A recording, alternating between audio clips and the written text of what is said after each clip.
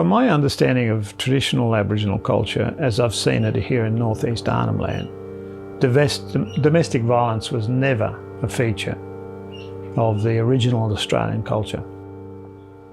Now people will say, oh yeah, but it's everywhere today. Yes, it's everywhere today, and it's everywhere today because of the effects of colonisation.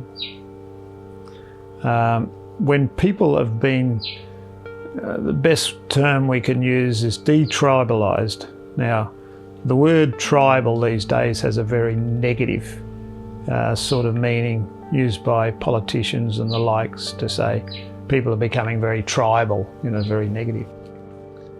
But what I'm talking about is not that negative meaning to it. I'm talking about when people lived under their traditional law, their tribal laws, their clan laws, there was virtually domestic violence was impossible because you had up to 5 different clans of people caring for an individual across 5 different clans, different levels of people, from mother's people to mother's people, down to the grandchildren, all looking after the central one person, concerned about that one person.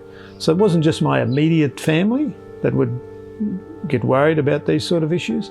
It'd be people up to 5 clans away from me, either side of me.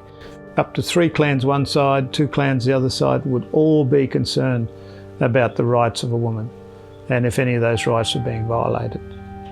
We call this the Raumatanga Walla, or the wider citizen group of one particular Baparu clan or tribe. And so domestic violence, if it occurred, a lot of people would be asking questions.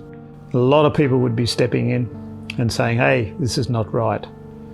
Unfortunately today we have lots of domestic violence, and the main reason for it comes down to drug and alcohol abuse, but also the loss of control around law and the leaders, male and female, losing authority because the mainstream Australian community does not understand the original Australian culture that's still represented in a few Aboriginal groups across Australia.